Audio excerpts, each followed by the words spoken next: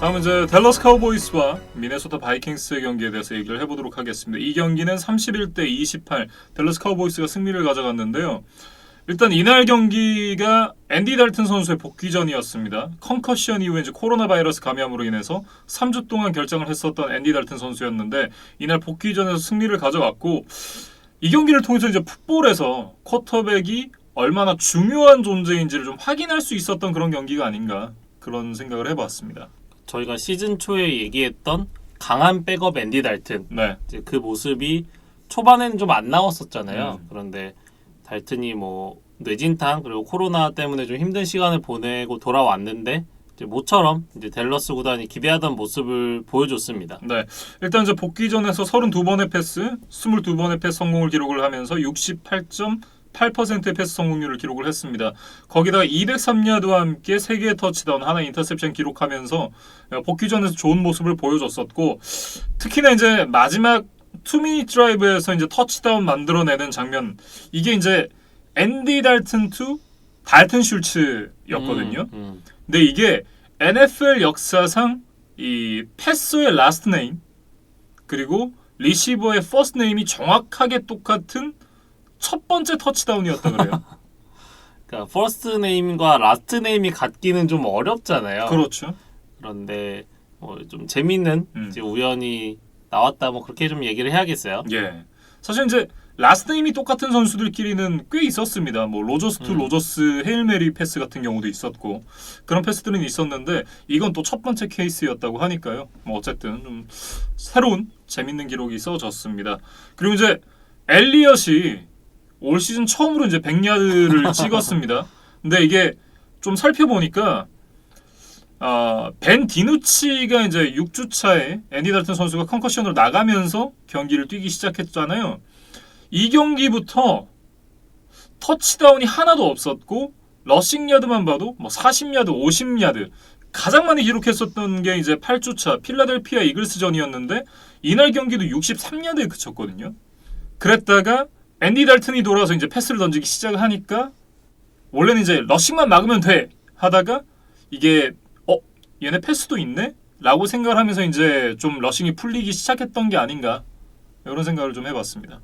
댈러스 팬들 입장에서는 좀 반대가 되면 좋았겠다라는 생각이 들어요. 그러니까 패싱이 없어도 엘리엇이 먼저 좀 뚫고 나가서 패싱이 그에 뒤따라서 좀 풀릴 수 있도록 뭐 엘리엇이 그런 역할까지 좀 해주면 좋겠다는 생각을 하실 텐데 엘리엇의 이번 시즌 퍼포먼스를 보면 이제 혼자서 모든 것을 해내는 데는 조금 무리가 있다. 기본적으로 오라인이 안 좋으니까요. 물론 그런 것도 감안해야겠지만 그래서 이날 달튼의 패싱과 모처럼 조화가 되면서 엘리엇도 좋은 경기를 펼쳤고 네. CD램 얘기를 이지만 의원이 꼭 해달라고 그 얘기를 좀 신신당부를 하셨어요. 그러니까 저는 그 생각이 들었어요. 이거를 보면서 오버랩이 되는 장면이 하나 있었는데 뉴욕 자이언츠 시절의 OBJ 쓰리핑거 캐치 기억나시죠? 그게 기억이 나더라고요. 근데 그거 못지않게 굉장히 임팩트가 큰 장면이었다. 저는 그런 말씀을 좀 드리고 싶습니다. 그러니까 뒤로 넘어지면서 잡는 것도 잡는 거였는데 그 패스가 오는 각도와 CD램이 처음에 이제 예상했던 낙구 지점이 조금 달랐어요. 그러니까 사실상 이제 좀 역동작이었는데 그거를 따라가서 이게 원핸드 캐치로 잡았으니까 이거는 진짜 대단한 거죠. 그래서 당초 드래프트 당시에는 이제 제리 주디와 CD램 누가 넘버원이냐 뭐 이런 논쟁이 이제 치열했었고 막상 시즌을 들어와 보니까 뭐 바이킹스의 저스틴 제퍼슨이나 피츠버그의 체이스 클래풀이 조금 더 주목을 많이 받았던 것이 사실이었어요. 네.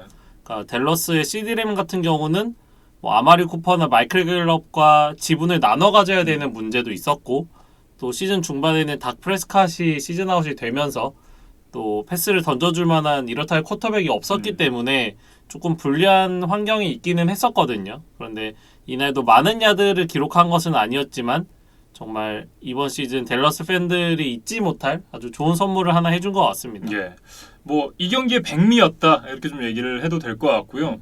그리고 이제 또 하나 임팩트가 있었다라고 얘기하기는 좀 어렵지만 어쨌든 굉장히 좀 재미있는 장면이 있었는데 앤디 달튼 선수가 셀프 패스를 하는 장면이 하나 있었어요. 그러니까 그러니까 패스를 하고 나서 굴절굴절 돼가지고 다시 이제 네. 앤디 달튼 선수가 잡는 그런 모습이 있었는데 이걸 보고 있으니까 2017년도 이제 AFC 와일드카드 게임 그때 당시 이제 타이탄스랑 칩스 경기였는데 이날 이제 마리오타가 또 셀프 패스를 하나 해가지고 터치다운까지 연결됐죠. 그렇죠. 그래서 리시빙 터치다운과 아마 패싱 터치다운을 동시에 기록하지 않았나 맞아요. 뭐 그랬던 것으로 기억이 되는데 오랜만에 또 그 명장면이 이제 소환이 됐었습니다. 네. 어쨌든 이제 카우보이스가 승리를 가져갔는데 이진만 위원이 이 부분에 대해서 이제 좀 얘기를 해줬습니다. 일단 바이킹스가 패스러시가 너무 취약했다. 그래서 이 댈러스 카우보이스의 오라인을 좀 뚫고 이 앤디 달튼 선수를 괴롭히기가 어려웠고 그러면서 이제 앤디 달튼 선수가 이 비교적 편하게 공격을 좀 이끌 수 있었던 것 같다라는 얘기를 해주었고요. 수비에서 이제 레이튼 밴더에시 선수가 이 복귀 이후에 이 계속해서 좀 폼을 끌어올리는 그런 모습인데 뭐 그 부분이 굉장히 큰 것 같다라는 얘기를 해줬고요. 그 디마커스 로렌스 선수도 일단 많이 좋아졌다. 이날 경기에서도 이제 반개의 색을 기록을 했었는데 그러면서 이제 팀 전체적으로도 2개의 펌블을 유도를 해내면서 공격권을 또 가지고 올 수 있었습니다. 그래서 순위표를 이제 다시 한번 얘기를 해보면 댈러스도 4연패에서 탈출을 했어요. 예. 그래서 워싱턴과 마찬가지로 3승 7패가 됐고 이글스와 반경기 차인데 댈러스에게 조금 더 희망적인 부분은 남은 스케줄이 굉장히 좋다는 점입니다. 예. 그래서 살펴보면 볼티모어 원정 경기 정도를 제외하면 모두 해볼 만한 상대들이에요. 워싱턴, 신시내티, 샌프란시스코, 필라델피아, 뉴욕 자이언츠. 예. 물론 댈러스도 지금 전력이 완전하지 않기 때문에 이 팀들을 모두 이길 수 있다고 뭐 확언할 수는 없지만 충분히 해볼 만한 싸움이거든요. 네. 여기서 뭐 3승 내지 4승 정도를 거둘 수 있다면 뭐 NFC 이스트 동부를 우승을 차지할 수도 있겠다. 그런 생각이 좀 듭니다. 네. 그러니까 이번 주 경기 결과가 그만큼 중요하다라는 생각이 드는 게 일단 이 7주차 워싱턴과의 맞대결에서 25대 3으로 영혼까지 털렸잖아요. 근데 그때는 이제 벤 디누치 선수가 선발 쿼터백으로 나올 때고 다음 주에는 어쨌든 이제 앤디 달튼 선수가 선발로 나올 예정이니까 또 다시 뚜껑을 열어봐야 알 수 있는 그런 경기가 됐습니다. 그리고 이거는 좀 비하인드 스토리인데 댈러스와 관련해서 재밌는 에피소드가 있어서 이제 하나 마지막으로 소개를 해드리겠습니다. 네. 그래서 이번 경기를 앞두고 메카시 감독이 좀 재밌는 방법으로 선수들에게 동기부여를 해줬다 그래요. 네. 그래서 그 내용을 좀 살펴보니까 수박을 여러 개를 가지고 와서 수박 하나마다 이제 네이밍을 하는 거죠. 그러니까 댈러스가 달성해야 되는 목표들. 뭐 정확히는 모르겠지만 예를 들면 뭐 NFC 이스트 우승을 하자 뭐 이런 수박 뭐 그다음에 이제 미네소타를 상대로 승리하자 뭐 이런 수박 이런 것들 이제 몇 개를 만들어서 그거를 이제 선수들이 하나씩 이렇게 깨는 이제 의식을 좀 가졌다 그래요. 그러니까 우리가 쉽게 얘기하는 오한마 그 이제 영어로는 슬래지 해머라고 하는데 그렇죠. 예, 그 해머를 이용해서 WWE에 많이 나오죠. 네, 네. 그래서 이걸 하나씩 깼다고 하는데 그 마지막 수박이 바이킹스의 러닝백 델빈 쿡을 막자라는 목표였고 그거를 이제 수비진의 뭐 리더격이라고 할 수 있는 드마커스 로렌스가 이제 직접 깼다고 합니다. 예. 그래서 사실 이날 경기 델빈 쿡을 완벽하게 막지는 못했어요. 쿡에게 160 스크리미지 야드에 네. 한 개 터치다운을 내줬으니까 그 목표 자체 달성에는 좀 실패했다고 볼 수 있지만 그래도 결과적으로 승리를 거뒀잖아요. 그렇죠. 그래서 이 메카시 감독의 이 재밌는 동기부여 방법이 나름 효과를 본 것이 아닌가 그렇게 좀 말씀을 드리겠습니다. 네. 결국 이제 턴오버 싸움을 이겼던 게 댈러스 카우보이스의 승기로 이어졌다 이렇게 봐야 될 것 같은데요. 일단 이 펌블 2개를 제외하고 나면 이제 펌블 로스트 정확하게는 펌블 로스트 2개를 제외하고 나면 경기 내용 자체는 사실 바이킹스가 더 잘했다 저는 이렇게 좀 보거든요. 그러니까 바이킹스의 주요 공격 옵션이라고 하면 커크 커즌스를 이제 필두로 네. 러닝백 델빈 쿡이 있고 아닙니다. 델빈 쿡을 필두로 커크 커즌스, 애덤 틸렌이죠. 뭐 네. 그렇죠. 그래서 애덤 딜런, 저스틴 제퍼슨 이렇게 이제 4명이 주로 이제 공격을 이뤄 나가는데 369 스크리미지 야드에 4개의 터치다운을 합작을 했어요. 그래서 공격 파괴력 자체는 충분히 이제 해줄 만큼 해줬다 이렇게 좀 얘기를 할 수 있을 것 같은데 그 중에서도 특히 애덤 딜런의 활약이 인상적이었습니다. 그래서 그 아크로바틱한 원핸드 캐치가 네. 있었고 이 장면은 CD램의 그 터치다운 패스와 함께 꼭 이제 팬분들께서도 한 번씩 보셨으면 하는 그런 클립이에요. 사실 저는 이제 이날 경기가 커크 커즌스 선수의 물론 이기진 않았지만 거의 뭐 인생 경기급 퍼포먼스가 아니었나 이런 생각을 하거든요. 이날은 이제 뭐 314야드에 3개 터치다운 기록을 했었고 물론 이제 펌블이 있긴 했지만 진짜 펌블만 딱 쏙 빼놓고 나면 이날 경기의 퍼포먼스는 뭐 인생 경기였다. 이렇게 좀 얘기를 하고 싶고 말씀해 주셨던 대로 이제 델빈 쿡, 애덤 틸렌 그리고 저스틴 제퍼슨까지 굉장히 좋은 모습을 보여줬습니다. 근데 문제는 이 두 개의 턴오버였어요. 그러니까 델빈 쿡이는 커크 커즌스가 각각 이제 펌블 로스트를 하나씩 기록을 했는데 하나는 터치다운, 하나는 필드골로 이어졌거든요. 그러면서 이제 결국 이제 턴오버 싸움에서 댈러스 카우보이스에게 졌다. 좀 이렇게 얘기를 해야 될 것 같습니다. 만약에 그게 아니었더라면 바이킹스가 이 경기 충분히 이기고도 남았을 경기였습니다. 그리고 앞서 이진만 위원이 지적해 주셨던 대로 이제 패스러시가 잘 안 됐고 마이크 지머 감독의 인터뷰를 보면 좀 수비진의 경기력에 대해서 불만이 있었던 것 같아요. 예. 그래서 인터뷰를 살펴보면 젊은 선수들로 지금 수비진이 구성이 되어 있기 때문에 다소 의욕이 앞서면서 자신이 있어야 할 자리를 좀 벗어나고 훈련 때 약속된 플레이들이 잘 이행되지 않는 장면들이 있었다. 네. 이렇게 이야기를 했거든요. 그래서 뭐 예시를 하나만 들면 토니 폴라드에게 42야드 러싱 터치다운을 맞았어요. 그래서 이게 굉장히 좀 뼈아팠다는 생각인데 그때 당시에 이제 수비진들이 좀 위치 선정들이 잘 되지 않았고 또 태클들이 미스가 되는 장면들이 많이 있었거든요. 네. 아마 마이크 지머 감독이 이런 부분들이 좀 아쉬웠던 것 같습니다. 네. 어쨌든 이날 경기를 내주면서 바이킹스가 이제 3연승을 마감을 하게 됐습니다. 좀 좋은 모멘텀을 이어가고 있었는데 그 모멘텀을 좀 이어가지 못했습니다. 지난주 리뷰 때도 말씀을 드렸었는데 향후 3주간 홈 3연전이고 또 상대들이 해볼 만한 상대들이기 때문에 길게 연승을 할 수도 있을 것 같다 이런 기대를 했었는데 그 기회를 이어가지를 못했어요. 그러면서 다시 4승 6패로 좀 물러나고만 바이킹스입니다. 네, 이렇게 이제 댈러스 카우보이스와 미네소타 바이킹스의 경기에 대해서 얘기를 해봤습니다. 다음 살펴볼 경기는 테네시 타이탄스와 볼티모어 레이븐스의 경기인데요. 이 경기 이제 연장 승부까지 이어졌습니다. 그 승부 끝에 타이탄스가 30대 24로 승리를 가져갔습니다. 이 경기는 이제 지난 시즌 플레이오프 디비전 라운드의 리매치가 되겠습니다. 1번 시드 볼티모어 레이븐스와 6번 시드 이제 테네시 타이탄스가 만나서 당시에는 타이탄스가 승리를 가져갔었습니다. 그리고 이제 이 경기에서 이제 서력을 하고자 했던 레이븐스인데 좀 쉽지가 않았고 또 다른 측면으로 봤을 때는 현 시점 최고의 러닝백인 데릭 헨리를 가지고 있는 테네시 타이탄스 그리고 팀 러싱 야드 1위 볼티모어 레이븐스의 맞대결이기도 했습니다. 어떻게 보면 러싱과 러싱의 맞대결이기도 했었는데 그러니까 이 부분에서도 사실 타이탄스가 앞섰습니다. 치열한 연장 승부까지 가기는 했지만 결국 데릭 헨리가 끝내기 터치다운으로 이제 승리를 했었잖아요. 예. 뭐 러싱 대 러싱 공격 맞대결에서 결국 테네시가 승리를 했다고 봐야겠죠. 네. 그러니까 이런 경기에서는 이제 자신의 강점을 좀 더 잘 발휘하는 팀이 이기기 마련인데 헨리가 133야드를 뛰었습니다. 근데 레이븐스가 앞서 이제 팀 러싱 야드 1위라고 말씀을 드렸잖아요. 근데 이 경기에서 팀 러싱 야드가 129야드. 그러니까 데릭 헨리 혼자서 뛴 야드가 레이븐스의 전체 팀 러싱 야드보다 더 많았습니다.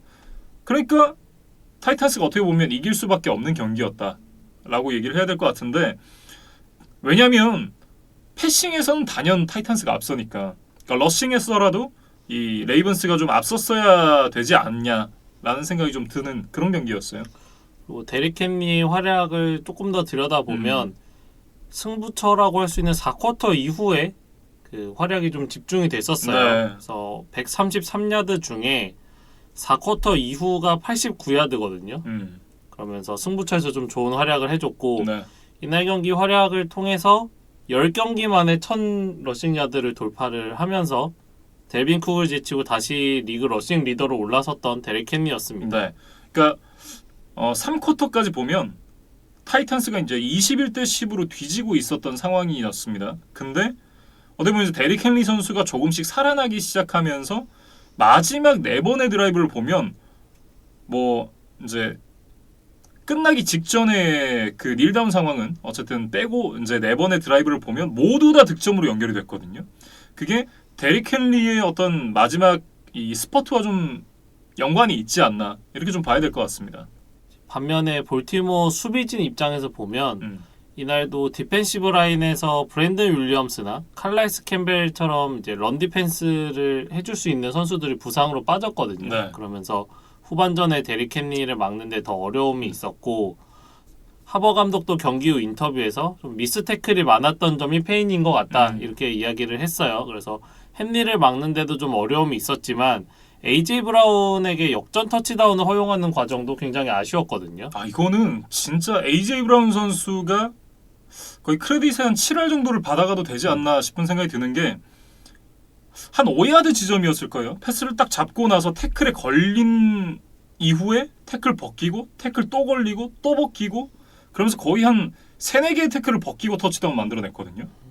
3명의 선수가 총 4번의 태클 시도를 했던 것으로 제가 네. 봤어요. 근데 이 4번의 시도를 모두 AJ 브라운이 이겨내고 이제 엔드존으로 들어갔었습니다. 네.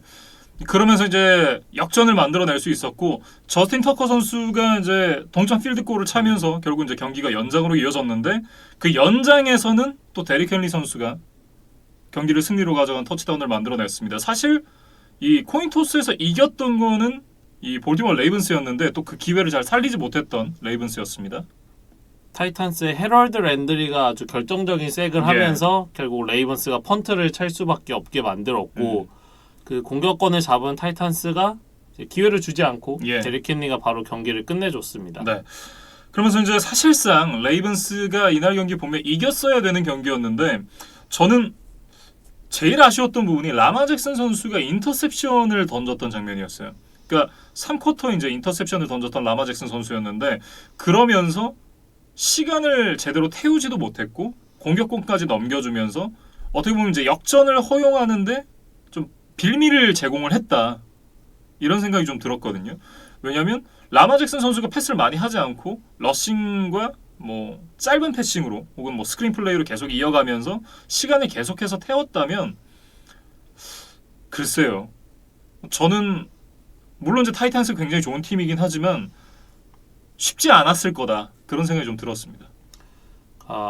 라마 잭슨이 역전을 하는데 좀 어려움이 있는 쿼터백이기는 하지만 또 역전을 잘 당하지 않는 쿼터백이기도 했거든요. 그런데 이날은 아쉽게 11점 차의 리드를 지키지 못하고 결국 패배를 하고 말았고 볼티모어는 라마 잭슨의 패스 정확도가 이제 계속해서 문제가 되는 동시에 또 리시빙 옵션의 좀 부재에 대한 지적도 많아요. 그래서 마크 앤드류스나 마키스 브라운 정도를 제외하면 이렇다 할 리시빙 옵션이 없다. 이게 좀 반복적으로 지적되는 문제인데 왕년의 스타 리시버 데즈 브라이언트가 이날 경기 좀 많은 모습을 드러냈었습니다. 사실 지난주에 2스냅인가요? 3스냅 정도 이제 경기에 투입되기는 했는데 뭐 공을 받지는 못했었고 그런데 이번 경기에서는 54%의 스냅에 참여를 하면서 4번의 캐치 28야드를 해줬거든요.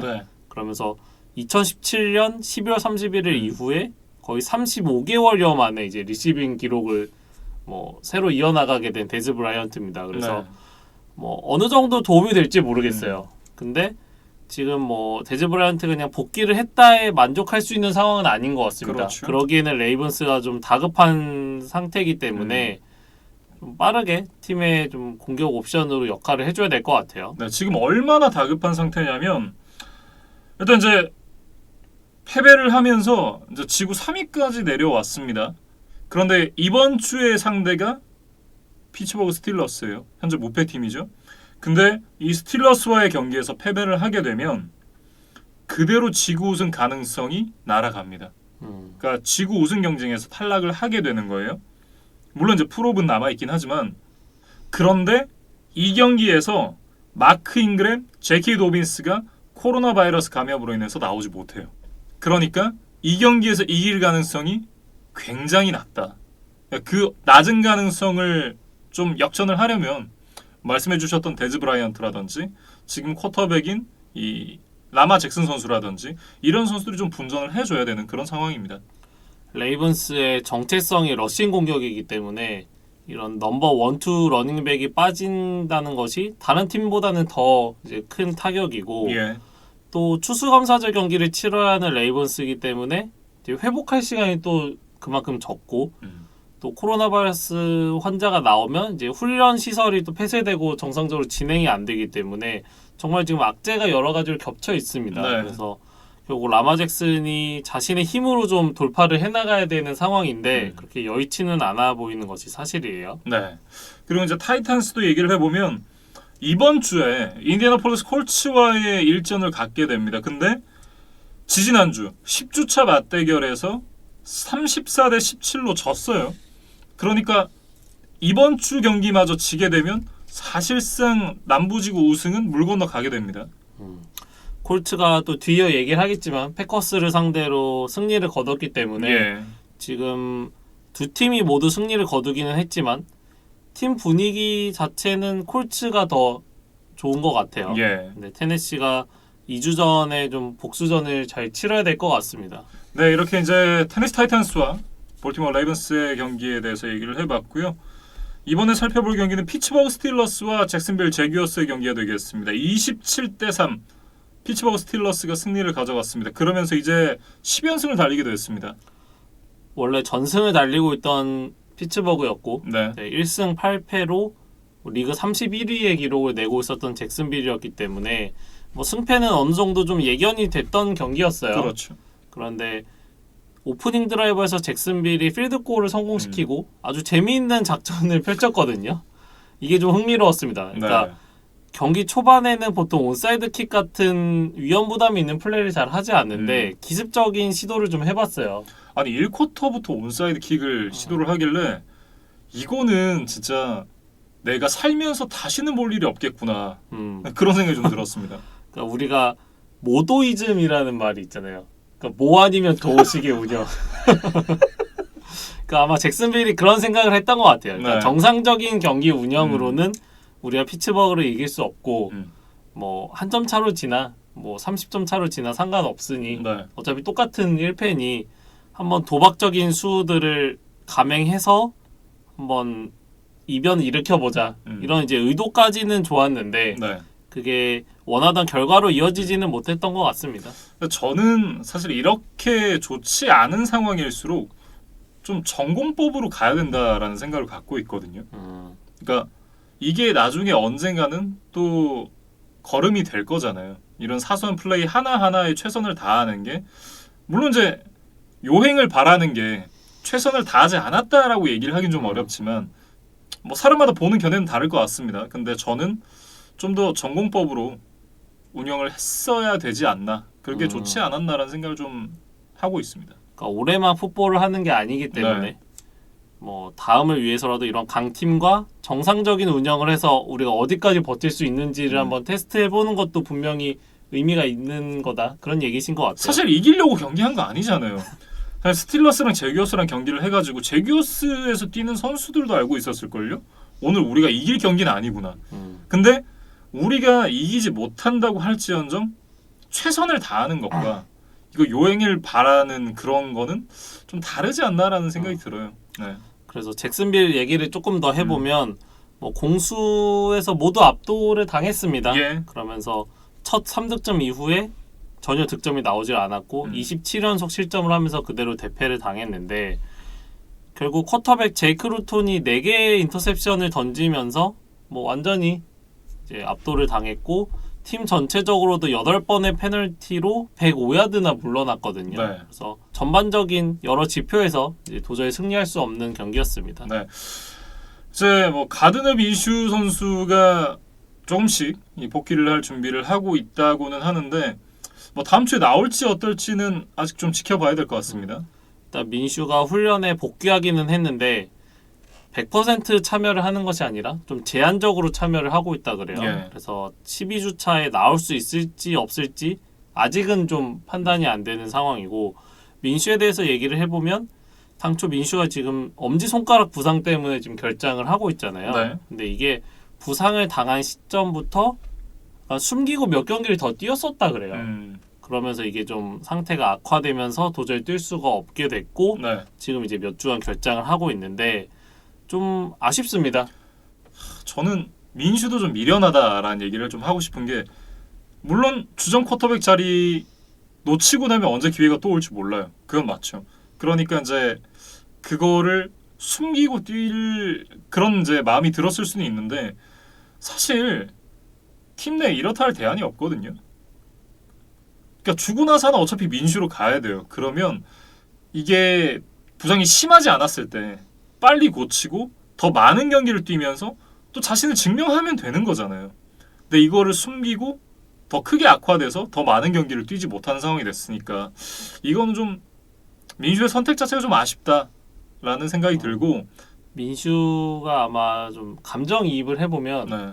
언론에서 뭐 내년에 어떤 쿼터백을 뽑아야 된다 뭐 이런 기사들이 아마 많이 나왔을 거잖아요. 네. 그러니까 아마 그런 팀 내의 어떤 다른 선수들에 대한 경쟁 의식보다는 이제 내년에 내 자리가 없을 수도 있겠다. 좀 이런 압박 때문에 이제 좀 부상을 숨기고 출전을 했던 것이 아닌가. 뭐 그런 식으로 좀 추측을 해보고 싶고 그럼에도 불구하고 좀 안타깝습니다. 아직 젊은 선수기 때문에 뭐 잭슨빌이 아니더라도 풋볼을 할 수 있는 기회나 뭐 시간들은 더 많이 남아 있잖아요. 그래서 또 공을 던지는 오른손이기 때문에 좀 지금부터라도 이제 치료를 잘해서 완전한 모습으로 돌아왔으면 좋겠고 네.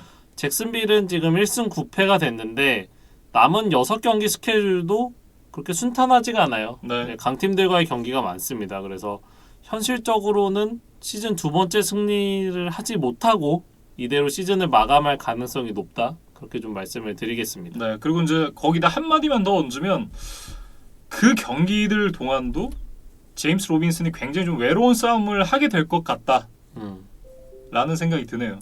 그러니까 이번 시즌 잭슨빌의 몇 안 되는 희망적인 뉴스는 이제 제임스 로빈슨의 발굴이다 이렇게 봐야겠어요. 예. 근데 사실상 제임스 로빈슨도 뭐 대단하게 뭐 돈을 주고 데려온 그런 선수가 아니잖아요.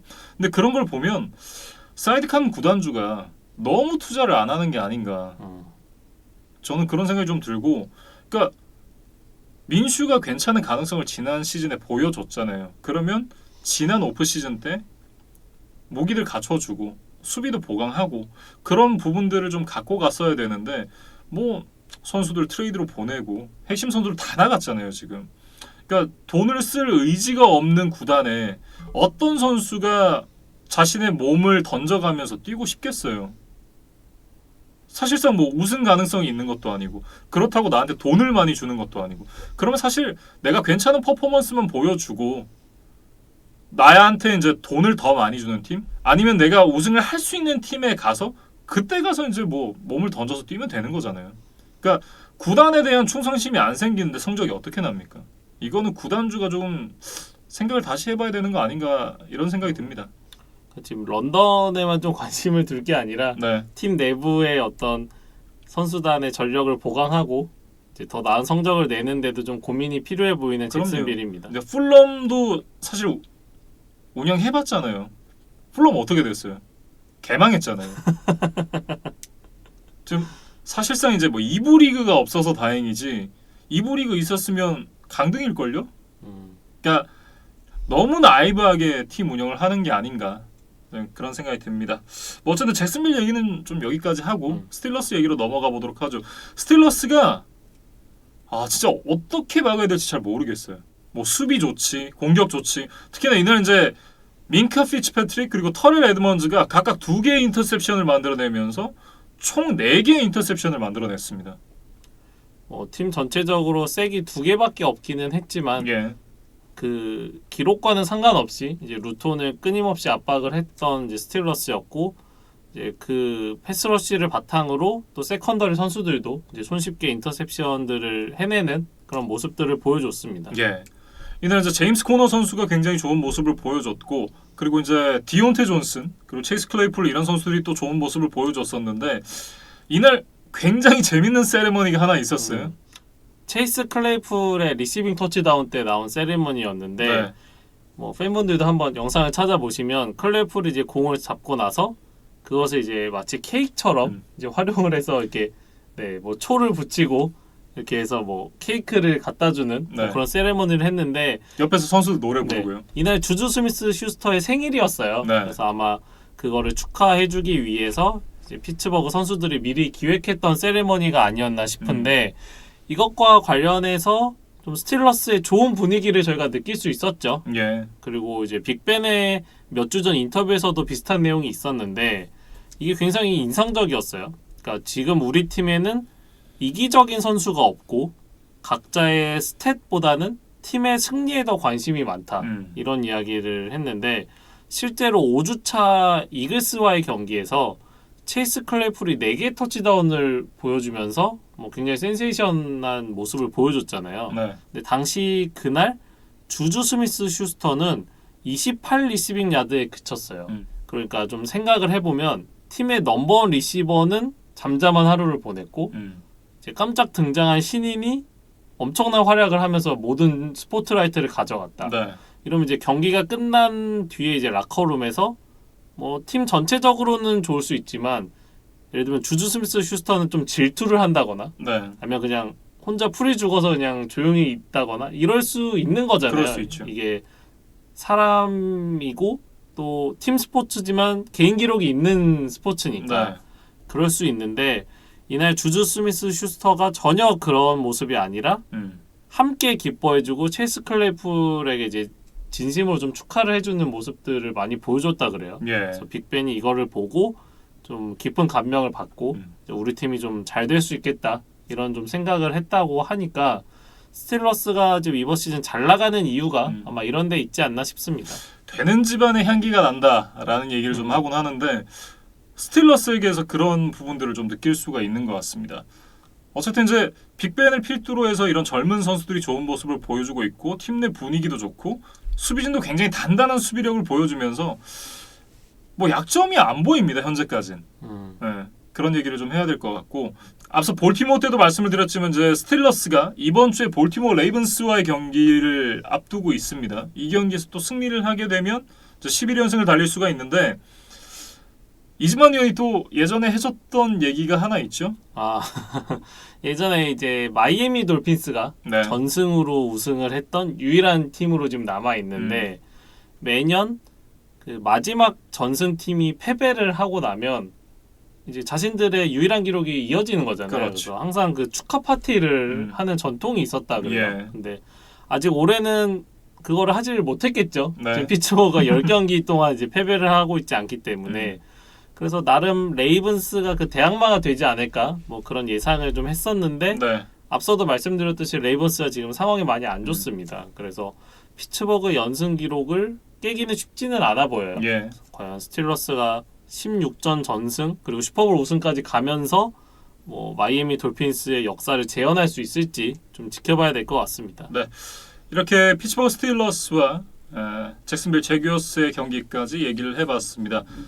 뭐 이미 눈치채신 분들도 계시겠지만 저희가 준비했던 6경기가 모두 이제 땡스기빙 트리플 헤더를 치르는 팀들이 이 펼쳤던 경기들로 이제 저희가 준비를 했었거든요.